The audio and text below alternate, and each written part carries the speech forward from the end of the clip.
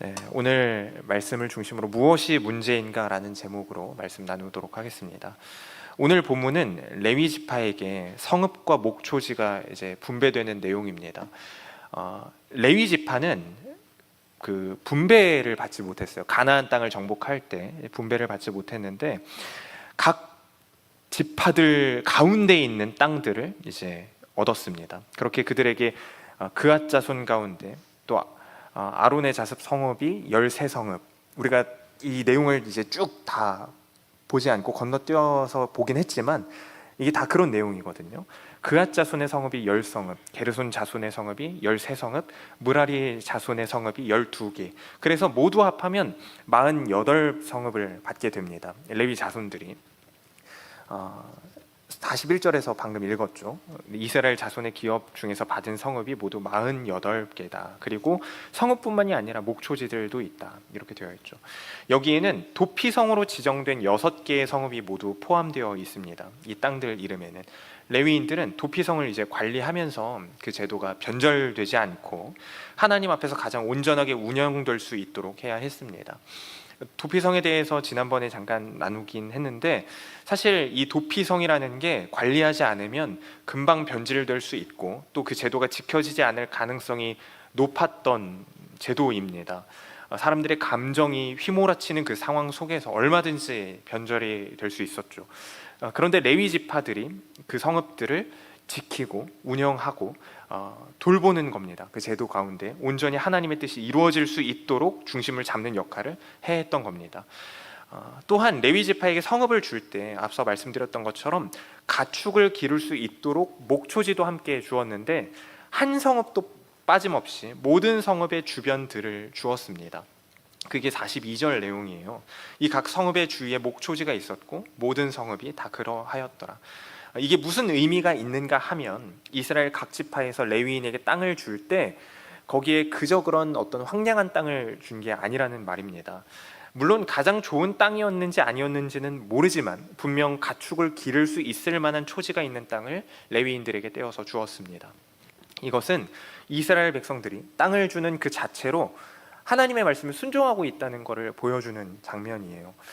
그 목초지의 크기도 자기 마음대로 그렇게 주는 게 아니라 철저하게 하나님이 이미 명하신 말씀대로 정해서 주었습니다. 여기에 대해서는 민수기 35장에 나와 있는데 우리가 같이 한번 3절부터 보면 성읍은 그들의 거처가 되게 하고 레위인들의 거처 말하는 건데요. 초장은 그들의 재산인 가축과 짐승들을 둘 곳이 되게 할 것이라. 너희가 레위인에게 줄 성읍들은 성벽에서부터 밖으로 사방 1000규빗이라. 성을 중앙에 두고 성 밖 동쪽으로 2000규빗, 남쪽으로 2000규빗, 서쪽으로 2000규빗, 북쪽으로 2000규빗을 측량할지니 이는 그들의 성읍들이며. 그러니까 자기 마음대로 뭐 크게도 아니고 적게도 아니고 작게도 아니고 하나님이 명하신 그대로를 주어야 했던 겁니다. 이렇게 레위 지파는 전국 가나안 땅 말하는 건데요. 가나안 땅 48개의 성읍에 흩어져서 살게 되면서 이스라엘의 제사 활동뿐 아니라 하나님을 예배하는 정신의 그 중심을 잡아주는 역할을 감당하게 됐던 거죠. 그런데 재미있는 건 레위 지파가 받은 이 성읍도 역시 다른 이스라엘 지파들에게 이제 분배되었던 땅처럼 아직 정복되지 않은 앞으로 정복해야 할 땅이 포함되어 있었다는 겁니다.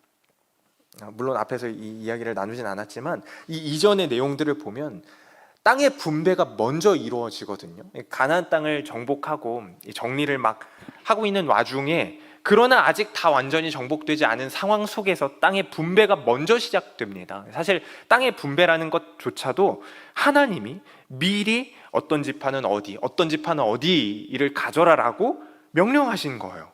그러니까 아직 정복되지도 않은 땅을 나누라고 하는 말을 지금 하고 있는 겁니다. 그리고 미리 나눴다라는 내용이 오늘 본문인 겁니다. 사실 결론부에 해당하는 41절, 42절 이 두 계절만 읽어도 내용상 이해가 다 되겠지만 이 위에서 20절부터 장황하게 오늘 본문을 사실 이렇게 다 잡은 이유는 여기에 있는데요. 이게 우리의 이야기로 듣는다고 생각해 보면 좋을 것 같아요. 너는 한번 이렇게 생각해 볼까요? 너는 태조산 들판을 떼어서 누구누구에게 주라. 이렇게 하나님이 말씀하셨다고 해보세요. 그럼 이런 생각이 들죠. 태주산 아직 제 것도 아닌데요. 태주산 내 땅 아닌데요. 저거를 어떻게 얻죠? 어떻게 또 떼어주죠? 그러니까 별의별 생각이 다 들겠죠. 어떤 계획을 어떻게 세워야 할지, 앞으로 어떻게 나아가야 할지, 도대체 이건 뭐 무슨 의미인지 여러 가지 생각을 할 겁니다. 하나님은 각 지파에게 땅을 기업으로 주실 때 이미 차지하게 된 땅도 물론 있었지만 그 안에서만이 아니라 앞으로 차지해야 할 땅까지 포함하여 분배하게 하셨고, 거기에는 분명한 의도가 있습니다. 지금까지 그렇게 했던 것처럼, 너희를 그렇게 인도했던 것처럼 앞으로도 그렇게 할 거라는 확증인 거죠. 여기에 필요한 건 오직 이스라엘 백성들의 믿음뿐이었습니다.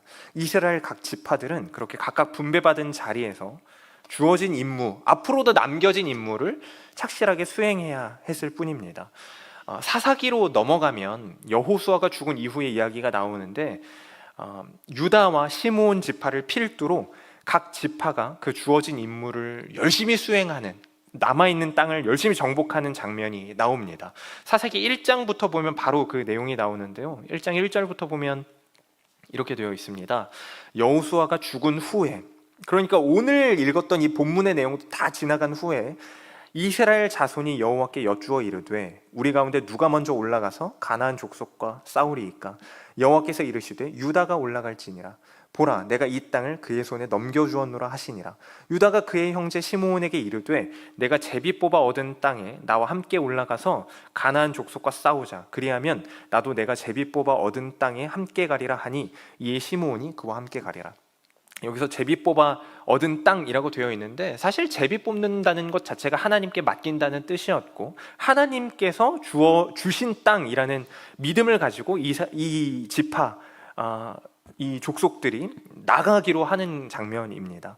이렇게 맡겨진 것을 대하는, 하나님이 맡기신 거죠. 그러니까 이미 주었다고 믿는 믿음 가운데 맡겨진 것을 대하는 하나님의 백성된 자의 자연스러운 반응이 바로 이 유다와 시므온, 이 지파 사람들의 반응이고 태도인 겁니다. 그렇게 유다, 시므온, 베냐민, 요셉 가문의 사람들은 이미 받은 땅을, 아직 얻진 않았지만 그래도 이미 받았다고 믿고 나아가는 그 땅을 차례차례 정복해 나갑니다. 굉장히 재미있는 표현이죠. 이미 받은 땅을 그렇게 정복해 나간다, 이 표현이. 그런데 모든 지파가 다 그렇게 한 건 아니었습니다. 어떤 지파들은 그 땅의 주민들을 쫓아내지 못했어요. 사사기 1장 27절 이후를 보면 이 내용이 자세하게 나오는데요, 므낫세가 베스안과 그에 딸린 마을들의 주민과 다낙과 그에 딸린 마을들의 주민과 돌과 그에 딸린 마을들의 주민과 이블르함과 그에 딸린 마을들의 주민과, 글씨를 너무 작게 써가지고 잠시만요. 무깃도와 그에 딸린 마을들의 주민들을 쫓아내지 못함에 가나안 족속이 결심하고 그 땅에 거주하였다, 이렇게 되어 있죠. 왜 쫓아내지 못했을까요?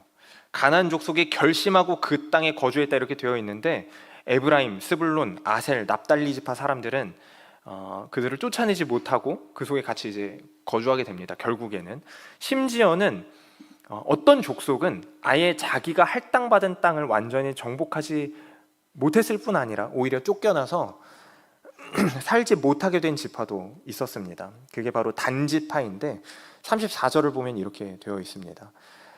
아모리 족속이 단 자손을 산지로 몰아넣고, 그러니까 정복하기는커녕 오히려 몰렸다는 거죠. 골짜기에 내려오기를 용납하지 아니하였다.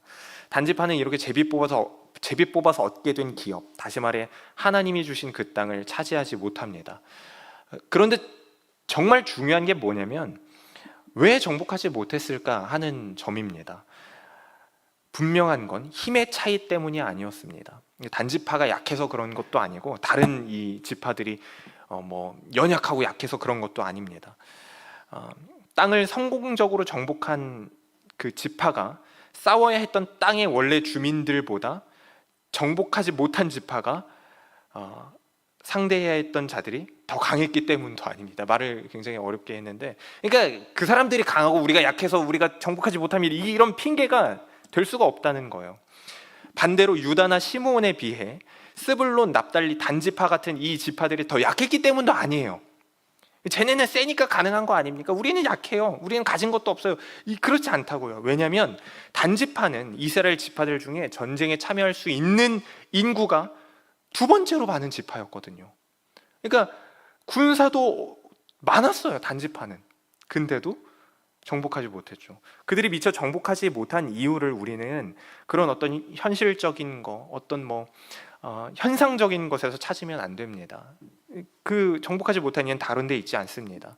앞서 나눈 사사기 1장 1절에 그 답이 있습니다. 사사기 1장 1절을 다시 보여주시겠어요? 어떻게 되어 있죠? 사사기 1장 1절. 네, 한 목소리로 한번 읽어볼까요? 시작. 여호수아가 죽은 후에 이스라엘 자손이 여호와께 여쭈어 이르되 우리 가운데 누가 먼저 올라가서 가나안 족속과 싸우리이까? 누가 먼저 올라가서 싸우리이까? 하는 식으로 하나님께 여쭈어 묻고 확인하고 싸우는 그 가장 기본이 되는 과정, 가나안 땅에 들어오기 전부터 훈련하고 쌓아오고 배워오고 익혀왔던 그 이스라엘 백성들의 입장에선 가장 당연하고도 선명했던 그 과정이 이들에게 없었기 때문입니다. 믿음을 고백하고 순종함으로 반응하는 그 태도가 그들에게 없었기 때문이죠. 특별히 여호수아 19장을 보면 단지파에 대해 굉장히 재밌는 글이 기록되어 있습니다. 19장 40절에 보면 이렇게 되어 있는데요. 일곱째로 단 자손의 지파를 위하여 그들의 가족대로 제비를 뽑았으니 메알곤과 락곤과 요빠 맞은편 경계까지라, 이렇게 기업이 쭉 나오죠. 그러니까 분명히 제비 뽑아서 얻은 기업이 이렇게 먼저 나옵니다. 그런데 바로 이어지는 47절 그 9절에는 단지파가 완전히 다른 땅을 점령했다고 나오거든요. 그런데 단자손의 경계는 더욱 확장되었으니, 자, 여기서 중요한 건 그런데 라는 거죠. 앞에랑 다르다는 거예요. 경계가 더욱 확장되었다. 이 말은 경계가 변형되었다는 말입니다. 이는 단자손이 올라가서 레셈과 싸워 그것을 점령하여 칼날로 치고 그것을 차지하여 거기에 거주하였음이라. 그들의 조상 단의 이름을 따라서 레셈을 단이라 이름도 바꿨다. 이렇게 되어 있죠. 이곳은 이 장소는 하나님이 주시겠다고 한 땅과는 전혀 다른 땅이었습니다. 결국 이 레셈 지역은 나중에 우상 숭배의 중심지가 됩니다. 이런 단지파의 행태가 사사기 17장 18장을 보면 절정을 이루는데요. 에브라임 산지에 미가라 하는 사람이 개인 신상을 이제 만들고 자기 나름대로 신당을 막 지어요. 그 후에 한 레위인을 고용해서 급여를 주고 개인 제사장으로 세우는 그런 어처구니 없는 일이 벌어집니다. 단지파 사람들은 또 그가 미가가 만든 것들을, 근데 웃긴 게 그렇게 미가가 자기 나름대로 자기 마음대로 만든 것을 빼앗고 그가 세운 제사장들을 자신들만의 제사장으로 또 데려갑니다. 굉장히 이상한 이야기가 막 이게 펼쳐지는 거죠. 그리고 그때 세워진 제사장은 레위 지파 모세의 손자이자 게르솜의 아들인 요나단이었다, 이렇게 기록되어 있거든요. 모세의 손자, 굉장히 그러니까 콩가루가 되어가고 있는 거죠. 그의 자손들은 대대로 단지파의 제사장이 되었다, 이렇게 기록이 되어 있어요. 사사기 18장 30절부터 보면 이렇게 되어 있는데요. 단자손이 자기들을 위하여 그 새긴 신상을 세웠고 모세의 손자요 게르솜의 아들인 요나단과 그의 자손은 단지파의 제사장이 되어 그 땅 백성이 사로잡히는 날까지 이르렀더라. 하나님의 집이 실로에 있을 동안 미가가 만든 새긴 신상이 단 자손에게 있었더라. 이렇게 되어 있죠. 하나님의 말씀은 온데간데 없고 오로지 자신만의 기준으로 살기를 결정한 그 지파의 영향력이 곧 하나님의 성막에서 봉사해야 했던 레위 지파에게까지 미치게 된 겁니다. 누구의 잘잘못을 따지려는 것이 아니라 이런 결론, 이런 모습이 사실은 우리에게도 나타날 수 있다는 걸 우리는 알아야 합니다. 우리도 얼마든지 겪을 수 있는 일이라는 것을 알아야 합니다.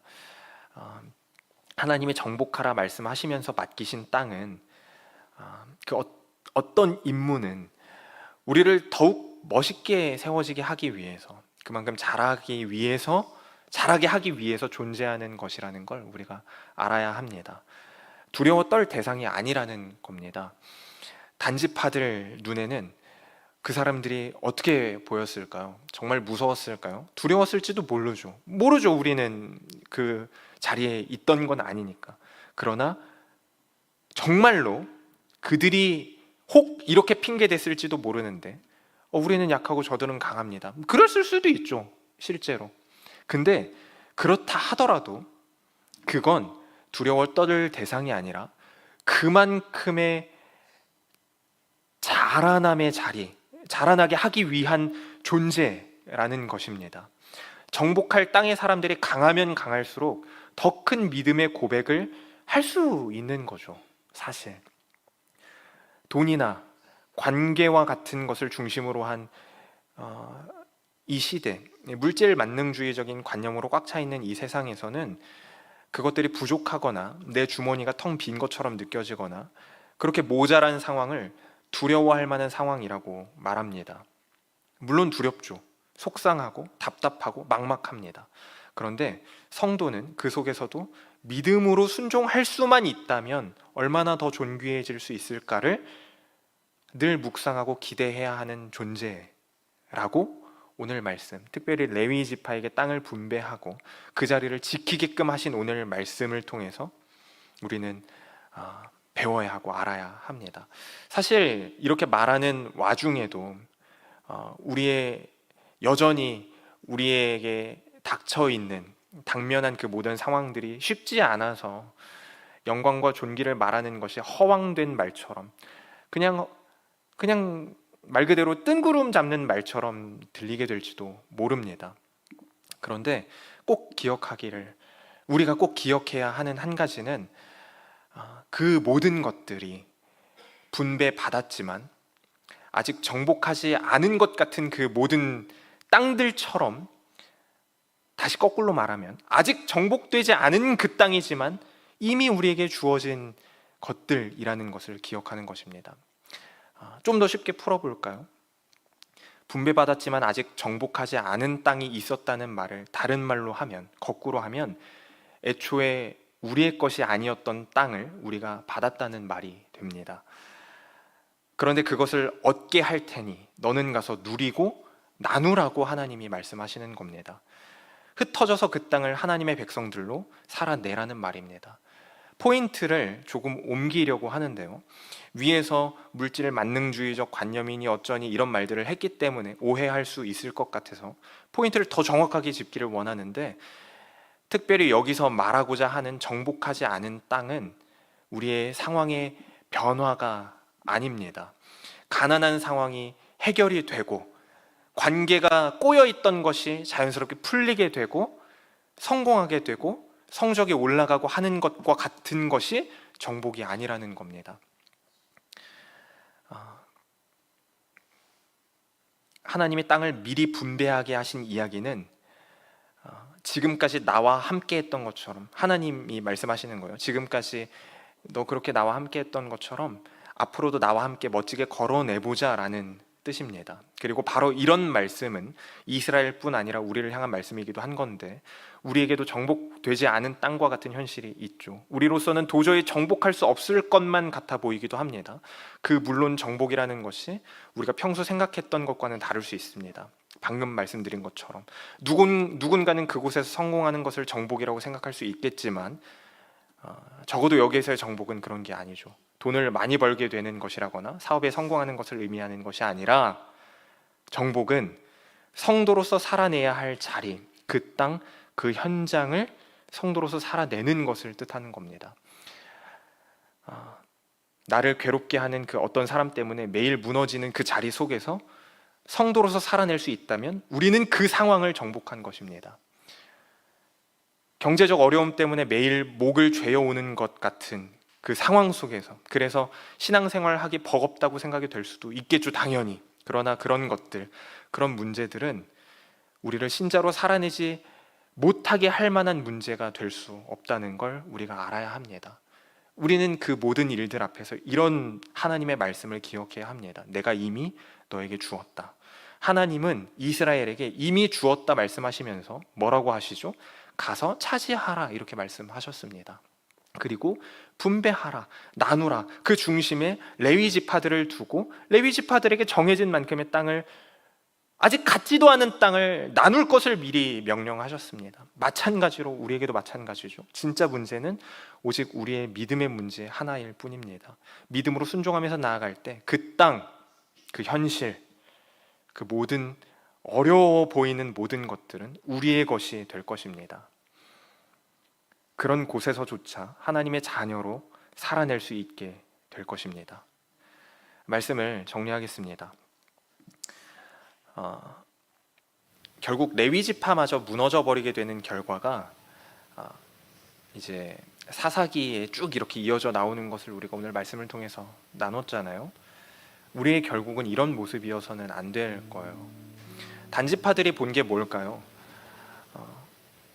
계속 나눴지만 어떤 핑계였겠죠. 그래서 더 할 만한 것, 싸워서 이길 만한 곳을 찾아서 갔겠죠. 살기 더 좋아 보이는 길을 따라서 갔을 겁니다. 그래서 그들은 그 땅을, 하나님이 주신 땅은 아니지만 자기들 나름대로 살기 원하고 또 좋아 보이는 그 땅을 정복해서 그곳에서 정착합니다. 그런데 그곳은 곧 변질의 땅이 됩니다. 우상 숭배의 중심지가 되어버리죠. 그 과정 속에서 단지파는 일반적으로 이스라엘 백성이라면 할 수 없을 것 같은 일들을 그냥 막 합니다. 신상을 만든 것을 또 뺐고, 그 신상을 섬기도록 세워진 모세의 자손의 막 그 제사장, 말도 안 되는 그 제사장을 자기들의 제사장으로 삼고 그런 일들을 막 하죠. 근데 그게 어쩌면 우리도 얼마든지 할 수 있는 일이지 않을까 생각해봐요. 현실의 문제는 당연히 쉽지 않습니다. 커 보이는 게 당연합니다. 힘드니까, 아프니까, 속상하고 열받고 화나고 분노가 막 일고 어떤 거든지 버거우니까, 그 사람은 나를 내일 만나면 또 괴롭힐 거니까, 또 힘들게 할 거니까, 그렇다고 내가 이거를 해결할 수도 없을 것처럼 보이기도 하고 말이죠. 그런데 하나님은 도대체 어떤 의미에서인지도 모르겠는데 그런 상황 속에 있는 우리에게 이미 주었다, 이미 너의 땅이다라고 말씀하십니다. 우리는 이스라엘 이 백성들, 무너진 자들처럼 무너지지 말아야 합니다. 우리는 흩어진 성도들로서, 레위 지파가 이제 각 땅들에 흩어져 살게 되었는데 그 의미를 가져와서 말해보자면, 우리는 각 자리, 각 현실 가운데 흩어진 성도들로서 각자의 직장, 각자의 가정, 각자의 이웃 속에 들어가서, 거꾸로 말하면 보내어진 그 자리에서 하나님의 자녀로서 살아가야 합니다. 실패한 이스라엘과 달리 우리는 뒤로 물러가지 않고 믿음으로 그렇게 전진해야 합니다. 제가 가장 좋아하는 구절 몇 개가, 가장은 아닌가요? 아무튼 좋아하는 말씀 다 좋지만 아무튼 좋아하는 구절이 있는데 히브리서 10장 39절이에요. 근데 이 구절은, 이 말씀은 제가 무너질 것 같을 때 저를 항상 때로는 채찍질하는 구절이었고 때로는 일어나게도 하는 구절이었고, 근데 일어난 그 자리에서 막연할 때도 그냥 한 걸음을 떼어보게 하는 구절이기도 했습니다. 우리가 한번 같이 읽기를 원하는데요, 한 목소리로 같이 읽겠습니다. 히브리서 10장 39절입니다. 시작. 우리는 뒤로 물러가 멸망할 자가 아니요 오직 영혼을 구원함에 이르는 믿음을 가진 자니라. 뒤로 물러가 도망가고 싶고 피하고 싶고 회피하고 싶고 방법을 찾고 싶고 파해법을 찾고 싶고 어떻게 해서든지 살아남고 싶은 그 모든 상황 속에서 하나님이 이런 말씀을 우리에게 주신 겁니다. 너네는 그거에 쫓겨다닐 만한 존재로 부름받지 않았다. 너희 안에는 이미 영혼을 구원함에 이르는 믿음이 있는 자들이다. 오직 그것 붙들고 나아가면 된다. 그렇게 말씀하시는 거죠. 오늘의 현실이라고 하는 우리의 가나안 땅에서, 그러므로 그 땅을 두려워하는 것이 아니라 그 현실 속에서 오직 하나님의 자녀된 자로서 세워지는, 그것이 곧 정복과도 같은 개념인데, 그 속에서 하나님의 자녀로서 살아내는 그런 모두 되시기 바랍니다. 우리 함께 아까 했던 찬양 표대를 향하여 같이 찬양하고 기도하겠습니다.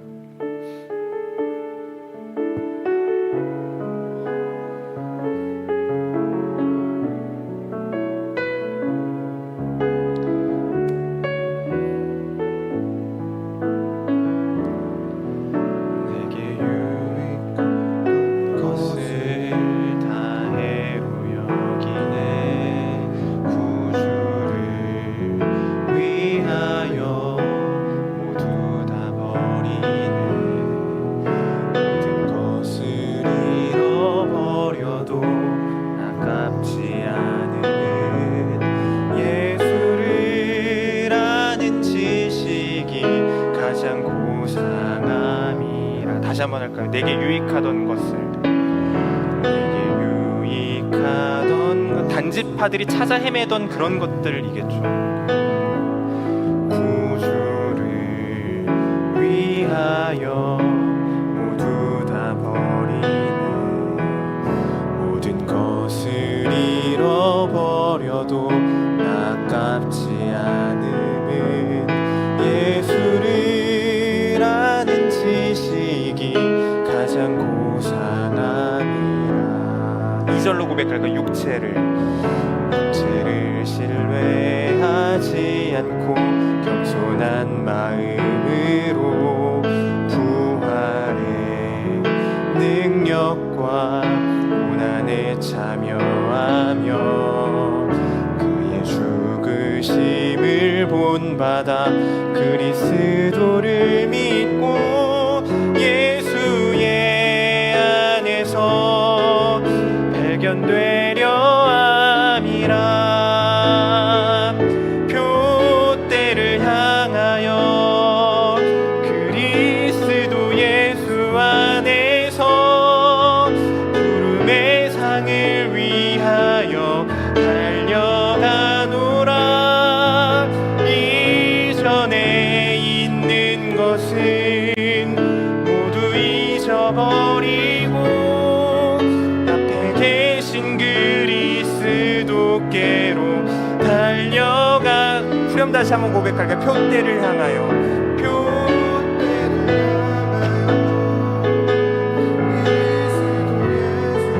부름의 상을 위하여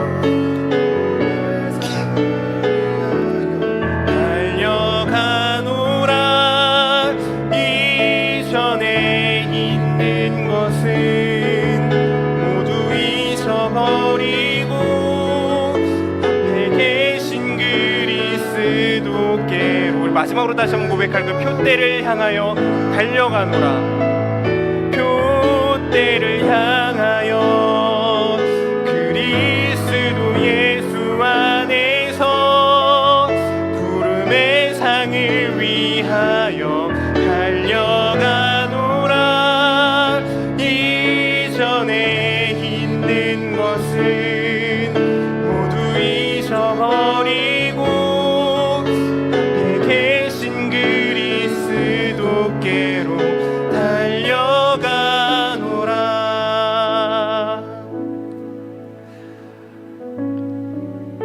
살아계신 하나님, 우리 앞에 놓여있는 현실이라는 그 땅이, 그 땅을 메우고 있고 채우고 있는 것들이 우리를 답답하게 하고 버겁게 하고 힘들게 하고 마치 목을 조르는 것처럼 옥죄어 올 때, 그래서 다른 방법을 찾고 싶고 더 나은 길로 가고 싶어지는, 그렇게 우리를 숨막히게 하는 일들이 우리 앞에 있을 때 오늘 말씀을 기억하기 원합니다.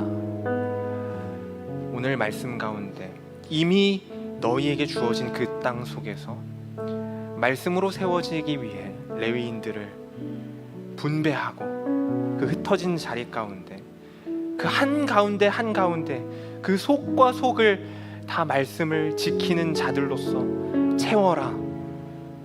내가 이미 너에게 주어진 땅을 그렇게 나의 백성들로 세워나가라 라고 하신 오늘 말씀을 기억하게 하시고, 이스라엘 자손들, 특별히 단지파는 무너졌지만 그러나 우리는 오직 하나님을 믿는 믿음을 가지고 그 속을 나아갈 수 있도록 주님 붙들어 주옵소서.